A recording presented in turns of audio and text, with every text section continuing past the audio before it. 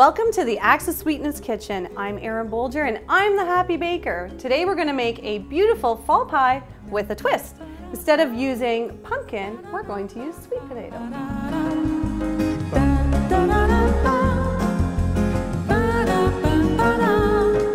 Okay, so first thing we want to do for our sweet potato pie is pre-bake a crust. Now I made one from a box, yes it's true. You can also do a frozen crust or you can make one from scratch. You just want to pierce the crust with a fork and put some pie weights, or you can also put some dried beans on top. Pre-bake it in the oven. It's preheated at 400 degrees for about 12 minutes.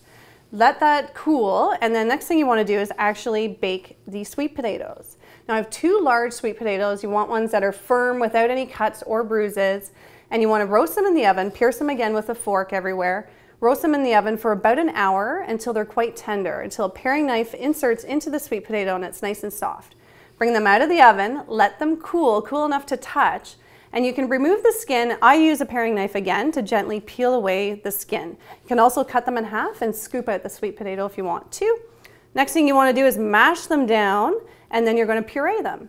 Okay, so I'm going to add our pureed sweet potato into the mixing bowl here. Get that all in. Now, the next ingredients we have, I have 3/4 cup of milk. You can use 1 or 2%, whatever you have in your fridge. We have half a cup of cream. We have 2 large eggs, a pinch of salt, and a half a cup of granulated white sugar. And the Redpath sugar now comes in a great reusable, recyclable, stackable, and closable container. Okay, so now I'm just gonna add our 3/4 cup of milk here into our bowl. And then we have half a cup of cream. And then we also have the 2 large eggs. Just going to crack those.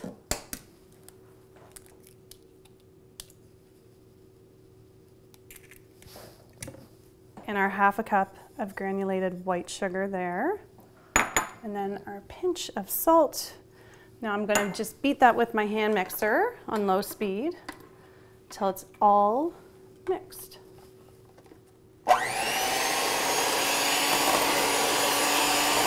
Okay, so we're just going to mix this for a couple of minutes on low speed, just until everything is thoroughly combined. And then what we're going to do is add in some spices. Okay, got cinnamon, nutmeg, cloves, and our ginger pieces. And then just stir that all together. Again, you want to mix this really thoroughly. And then we're just going to pour it into the pie crust. It's very simple.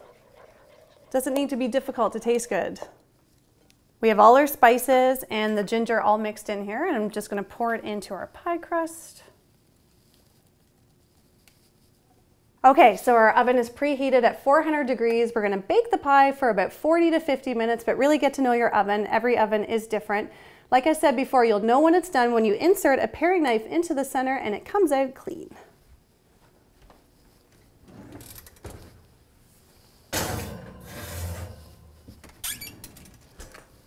Okay, while our pie is baking in the oven, we're going to take it to the next level and make a homemade whipping cream.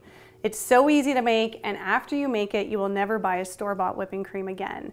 We have 1 cup of heavy whipping cream, we have a tablespoon of real vanilla extract, we have a 1/4 teaspoon of cinnamon, and we have a baker's best friend. This is instant dissolving sugar. We're going to gradually add 3 tablespoons of this sugar into the whipping cream. Before you get started, you want to make sure that you have a really cool mixing bowl and beaters. You can put them in the fridge for about an hour until they get very cold. Okay, so we're just going to add our 1 cup of heavy whipping cream to the chilled bowl there. Now we're going to beat this on high speed with our hand mixer and gradually adding 3 tablespoons of the instant dissolving sugar while we're beating till it thickens up a little. Then we're going to stir in the vanilla and stir in the cinnamon.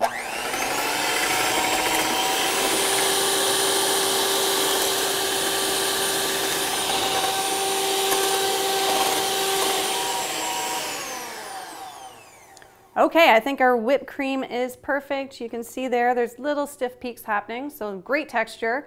I'm going to go check on our pie and see how we're doing.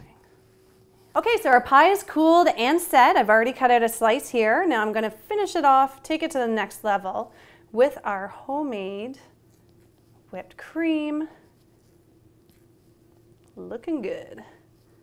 And one of my other favorite things to do is add a little bit of cinnamon sugar.